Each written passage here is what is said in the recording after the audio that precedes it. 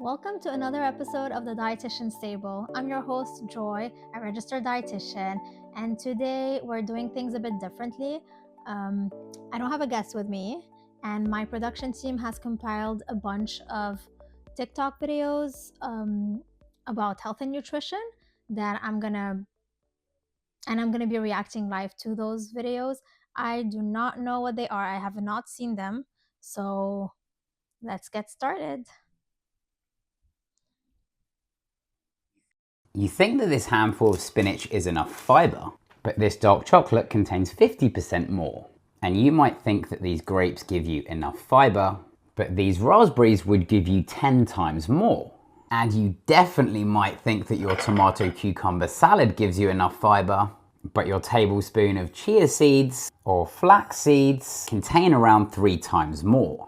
And you might think that all vegetables give you the same amount of fibre, but some contain 2 to 3 times more than others. All of these foods are healthy and good for you, but not all fruit and veg give you the same nutritional value and fibre. Some fruits like berries contain 5 times more fibre than others, and some meals might feel like you're getting in loads of fibre, but a meal like this would only be giving you around 2 grams of fibre. And that's where low calorie, high fibre foods come in handy.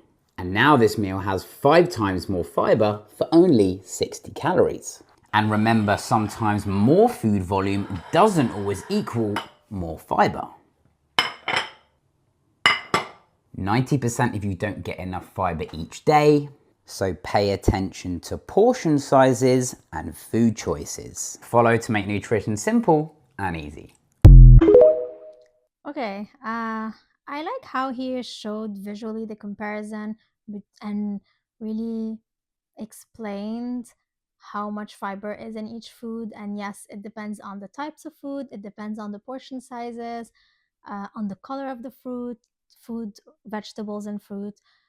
So definitely make sure that you have a balanced diet, that you eat all the colors and vary your foods as much as you can throughout the day and throughout your week, just to make sure that you get enough fiber, yes, but also enough vitamins and minerals by choosing different colors of fruits and vegetables. And yes, making sure that you combine different foods, and like he showed us the sandwich with spinach and cucumber with a bunch of raspberries, so that adds color and adds fiber to your day. So yeah. Okay, let's start with the second one. Ding dong, eat it up, eat it well and mix it up. Ding dong, eat it up, eat it well and mix it up. Ding dong, eat it up, eat it well and mix it up. Ding dong, eat it up, eat it well and mix it up. Please don't eat stuff you don't like. That is not the point.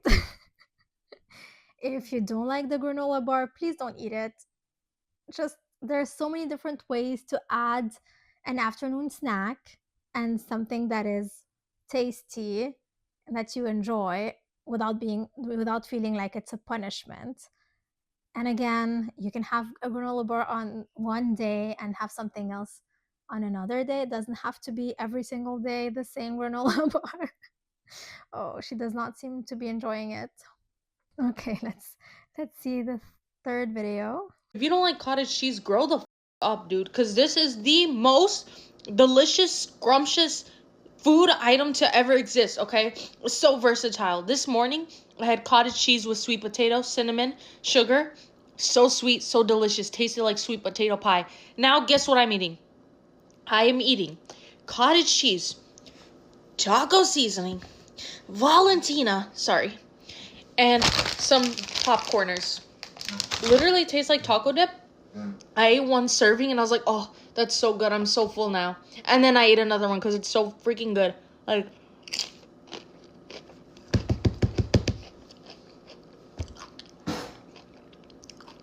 I know I look and sound dramatic, but I'm not playing about this. Like, I actually am not playing. Well, I agree with her.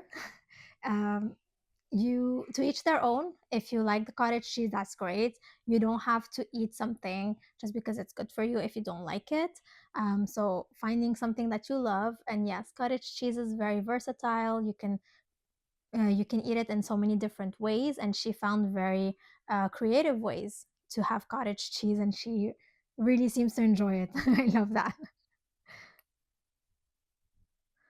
Okay, let's see the next video.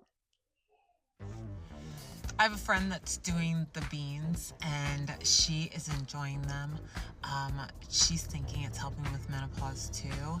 It's probably reducing her calorie intake and flushing her body out too. So please, this is gold. Try it.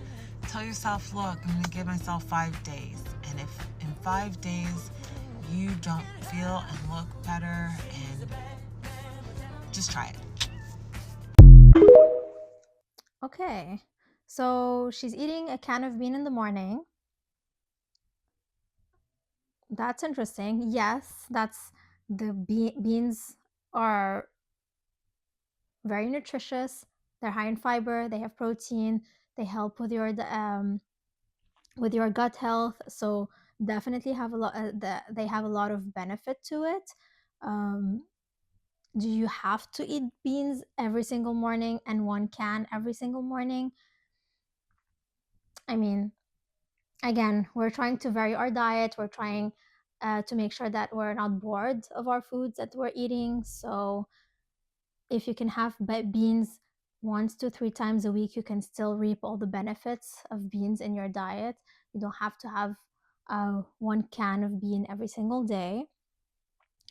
The cans of beans are also high in salt because there's salt added as a preservative. Some people have irritable bowel syndrome, IBS, and beans is not the perfect food for them.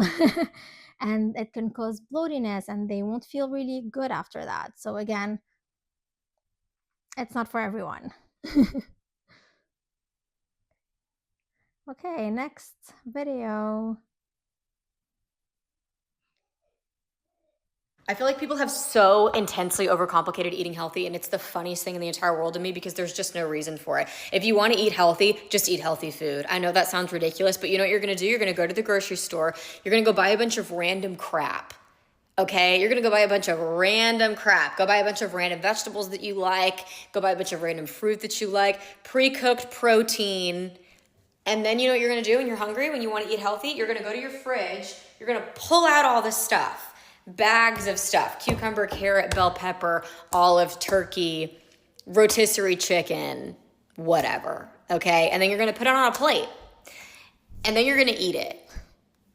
Okay, like, do you know what you do if you realize you haven't had any vegetables all day? You don't freak out and go order a $20 salad and go buy a green juice and drink a glass of organic sea moss. You go into the fridge and you shove your hand in a bag of spinach and then you pull it out and you shove it in your mouth and you just eat it. And it's just not that big of a deal. Like, it's just not that serious. If you want to eat a vegetable, get a bell pepper and take a bite out of it. You know what I'm saying? Like, you don't have to start meal prepping all of this expensive stuff. Literally just put random garbage on a plate and eat it. That's it. That's it. You don't need to meal prep. You really don't. You don't even need to cook. You don't even need to cook. Just buy a bunch of stuff that you don't have to cook and put it on a plate and eat it. I'm so sick of people overcomplicating eating healthy. Stop eating processed foods. Eat a giant plate of random snack crap. Go get your random plate of crap and shut up. Wow. Well, I wish it was that easy. It's not as it seems easy to just buy stuff and then just put it on a plate. But believe it or not, it can be really hard for some people, and they might not know where to start, and they might get overwhelmed with the options that they have, and they might not know how to put it on a plate and just eat it. I understand where you're coming from. You don't want to we don't want to complicate food and make it difficult and difficult to handle. And also we need to be aware that it's not as easy and just put stuff on your plate and eat it and not enjoy it, because again, food is a pleasure. Food is meant to be shared. Food is meant to be enjoyed. You want to enjoy the smells. You want to enjoy the spices that you add to your food. You want to enjoy the taste, the texture. So it's an experience. It is an experience. And it's not as easy. We can try to uncomplicate it as much as we can, but for some people, it just takes an extra step to help them, or to help them uncomplicate it, if I may say. Yeah. Okay, well, I think we're done with the videos for today. Thank you so much for listening.